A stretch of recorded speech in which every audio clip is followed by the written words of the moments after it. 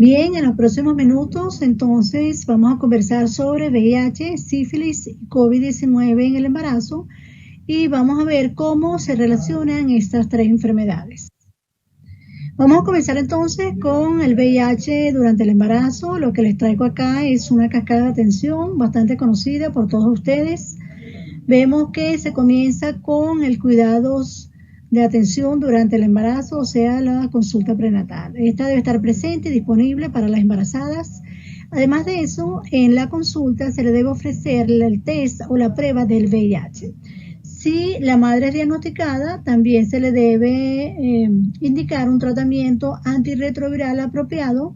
El infante, a su vez, debe recibir un tratamiento profiláctico y debe ser alimentado ya sea con leche de fórmula en aquellas poblaciones o países donde está indicado, como Venezuela, por ejemplo, o exclusivamente con leche materna en aquellos países que amamantan, como la mayoría de los países de África.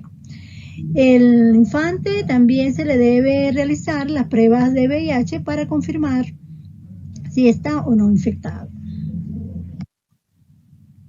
Aquí vemos datos de UNOCIDA del año 2019 sobre las pruebas diagnósticas en embarazadas. Solamente voy a mostrar aquí los datos de América Latina, de algunos países. Fíjense cómo Venezuela, este test de VIH en el embarazo es de apenas un 20.9%. En Chile es de 93%. En Bolivia, fíjense que casi llega a un 100%. Y Argentina, 79%. Los países de África subsahariana también tienen tasas elevadas del test de diagnóstico. Igualmente, China tiene más de 80% y Mongolia tiene también casi un 100%.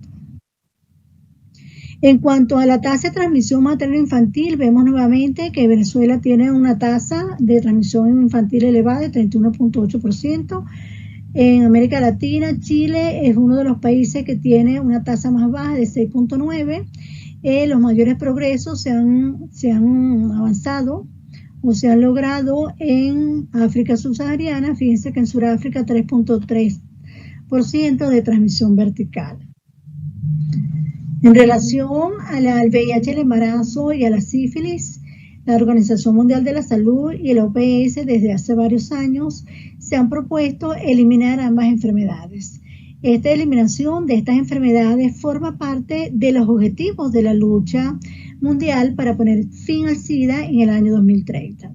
Y fíjense acá, del lado derecho, se habla de eliminación del VIH materno-infantil cuando se observan menos de 50 o 50 nuevas infecciones pediátricas por cada 100.000 nacidos vivos y una tasa de transmisión materno-infantil de VIH menos de 5% en aquellas poblaciones que amamantan o 2% en aquellas poblaciones que no amamantan. Y en relación a la sífilis, menos de 50 casos de sífilis congénita por cada 100.000 nacidos vivos. Para lograr este objetivo, aquellas embarazadas deben tener acceso en un 95% a los cuidados antenatales. Es decir, 95% de las embarazadas deben tener acceso a una consulta prenatal. Un 95% debe tener acceso a las pruebas de VIH y de sífilis durante su embarazo y a su vez las que son diagnosticadas, un 95% de ellas debe recibir tratamiento para el VIH y para la sífilis. Bien, lo que les traigo acá es uno de los pocos estudios realizados para ver la coinfección de COVID-19 con VIH. Este estudio se realizó en embarazadas en Sudáfrica y incluyeron 100 embarazadas con la COVID-19, de ellas 72 sin el VIH y 28 embarazadas viviendo con el VIH. Los factores de riesgo que se presentaron fueron obesidad, preeclampsia y diabetes gestacional, frecuentes en ambos grupos, y lo más importante, que las 28 embarazadas con VIH, 96% estaban en tratamiento antirretroviral, la mediana de los CD4 fue de 441 células, un 73% tuvieron supresión virológica, de modo entonces que estas embarazadas estaban en tratamiento, tenían buen nivel de CD4 y además tuvieron una supresión virológica importante y probablemente no hubo una diferencia significativa en ambos grupos. En cuanto a las condiciones obstétricas como hipertensión gestacional, preeclampsia, diabetes gestacional, no hubo diferencia en los dos grupos. Tampoco hubo diferencia en cuanto a la presentación de neumonía, de síndrome de estrés respiratorio agudo y admisión a cuidados intensivos, fue más o menos igual, no hubo una diferencia significativa. Tampoco la hubo en la mortalidad materna. Sin embargo, el impacto de la infección por COVID-19 en el embarazo fue de más o menos un 40% complicado con neumonía y una tasa de mortalidad de 8%. En cuanto al tratamiento, bueno, sabemos que la Organización Mundial de la Salud recomienda dolutegravir como una terapia preferida en todas las poblaciones, incluyendo las embarazadas. Inicialmente, bueno, sabemos que hubo como una preocupación por un estudio que se realizó en Botswana, donde se observaron 4 casos de defectos del tubo neural en 426 mujeres que quedaron embarazadas mientras tomaban el dolutegravir. Sin embargo, estudios posteriores no se ha demostrado este efecto. Bien, en relación a la sífilis, aquí mostramos algunos datos, algunas cifras de la Organización Mundial de la Salud. Vemos que más del 95% de embarazadas que acudían a una consulta de control prenatal se les realizó la prueba de sífilis en 23 de 78 países que reportaron al OMS el año 2019. Es decir, desconocemos lo que sucede en la mayoría de los países. Con relación a la sífilis en trabajadores sexuales, vemos que se mantienen cifras de prevalencia elevada, más del 5%, en 10 de 32 países que reportaron también al OMS en ese año. Para el año 2016 se estimó que 1 millón de embarazadas tenían sífilis materna, y vemos también que los países que reportaron al OMS, un promedio de 3.2% de las embarazadas que asistieron a la atención prenatal dieron positiva para sífilis. En Venezuela, esta cifra de diagnóstico de sífilis materno, según este reporte, se mantiene en 3.4%. Otra de las cosas preocupantes que hemos visto en la sífilis, como vamos a ver más adelante, es el incremento de la sífilis en las embarazadas y por ende de la sífilis congénita. En relación a la sífilis materna, es muy importante su definición. Vemos que esta ha sido modificada por la OPS en los últimos años y se define como una mujer asintomática o sintomática para sífilis que durante el prenatal, el parto o el puerperio presente al menos una prueba reactiva, ya sea treponémica o no treponémica, con cualquier titulación y que no tenga registro de tratamiento previo. Esto es muy importante para evitar las oportunidades perdidas que veremos más adelante y que además, por ejemplo, recordemos que cuando teníamos una embarazada con una titulación de BRL de 1 en 4, usualmente pensábamos que no tenía sífilis materna. En este momento se debe tratar cualquier título de BRL en una embarazada que no tenga registro de tratamiento anteriormente. Bien, como mencionamos, en los últimos años se ha observado un aumento dramático de la sífilis, tanto materna como de la sífilis congénita, y este es un trabajo realizado por Gorkowski y colaboradores, donde ellos muestran las oportunidades perdidas en la prevención de sífilis congénita del año 2010 y el año 2018. Ellos encontraron que, por ejemplo, muchas embarazadas no tenían acceso a control prenatal y por ende tampoco acceso a las pruebas de sífilis. Muchas tenían atención prenatal, pero tampoco se le indicaba la prueba. Algunas también tenían un diagnóstico oportuno durante el embarazo, pero no se le indicaba un tratamiento adecuado. También observaron seroconversión tardía durante el embarazo, lo cual no se diagnostica si no se repite la prueba en el último trimestre. También evidenciaron clínica de sífilis congénita, a pesar de que la embarazada recibió un tratamiento adecuado, y encontraron información insuficiente en relación a la sífilis en algunas embarazadas. En relación a las pruebas diagnósticas, vemos que también la OPS y la OMS también desde algunos años están proponiendo la prueba rápida para sífilis, pero no solamente que se haga para sífilis, sino que se haga también conjuntamente para el VIH, de modo que se hace el diagnóstico de estas dos enfermedades en la primera consulta de la paciente y además se le da una respuesta de su estatus serológico en los próximos 15 minutos. Esto ha permitido elevar el diagnóstico en muchos países. Fíjense este estudio como en Perú, después de implementar una prueba rápida, el diagnóstico de sífilis en la embarazada subió casi un 100%. Igualmente, la prueba de sífilis en otros países como Tanzania aumentó de forma significativa. Con respecto al VIH, también se observó un aumento importante después que se implementó la prueba rápida de VIH. Este aumento no fue tan significativo en algunos países de África porque ya ellos venían con coberturas bien elevadas en cuanto al diagnóstico de VIH durante el embarazo. En relación al tratamiento de la sífilis en la embarazada, no hemos avanzado mucho en nuevos antimicrobianos para el tratamiento de la sífilis en la gestante. El tratamiento precoz se realiza teniendo una prueba rápida positiva. Aquellas embarazadas que tienen pruebas serológicas para sífilis, como hemos comentado, deben considerarse infectadas a menos que ellas tengan un historial de un tratamiento adecuado y que además los títulos hayan disminuido. El tratamiento sigue siendo exactamente igual en sífilis menor de 1 año, ya sea primaria, secundaria y latente temprana. La dosis es de penicilina benzatínica, 2.400.000 unidades, una dosis única, y en sífilis tardía o de duración desconocida con VIH, ya el tratamiento allí es una vez a la semana, la misma dosis, y si tenemos una embarazada que tiene neurosífilis, el tratamiento es penicilina cristalina de 18 a 24 millones por día. Bien, esta diapositiva es un poco para demostrar que el espectro clínico de la COVID-19 en las embarazadas es más o menos similar a la población no embarazada. Vemos que un porcentaje importante pueden tener enfermedad sintomática. Los últimos estudios la sitúan en 60% o más. Enfermedad leve moderada, un 76.5%, y enfermedad grave, 15%, y crítica, 3 a 7%. Recordemos que la enfermedad moderada ya hay compromiso a nivel respiratorio, ya sea clínica o desde el punto de vista radiológico. Enfermedad grave ya cuando hay una frecuencia respiratoria por encima de 30 y una saturación menor de 94% del aire ambiente. Y enfermedad crítica ya cuando hay insuficiencia respiratoria, hechos sépticos, disfunción orgánica múltiple.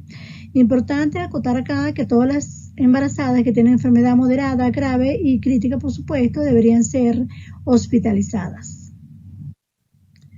Bien, acá podemos ver que las embarazadas presentan algunos síntomas que son comunes en la embarazada normal debido a los cambios fisiológicos del embarazo. Vemos que puede tener una respiración corta, fatiga, edema, dolores musculares, cefalea, y que estos síntomas, al ser confundidos con síntomas propios del embarazo, pueden hacer que la embarazada acuda de forma tardía a una consulta médica.